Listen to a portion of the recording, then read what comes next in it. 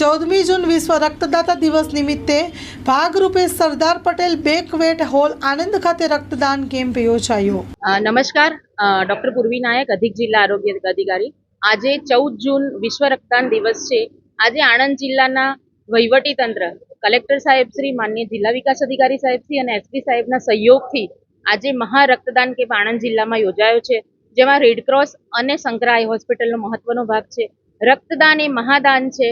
દર 2 મિનિટે એક માણસને રક્તની જરૂર પડે છે, જે કારણે આજે ખાસ કલેક્ટર સાહેબ અને જિલ્લા વિકાસ અધિકારી સાહેબના આદેશથી દરેકને અમે વિનવીએ છીએ કે રક્તદાન કરવું જ જોઈએ। રક્તદાનથી કોઈ તકલીફ નથી પડતી અને રક્તદાન એ આપણા જીવનનું એક મહાદાન છે।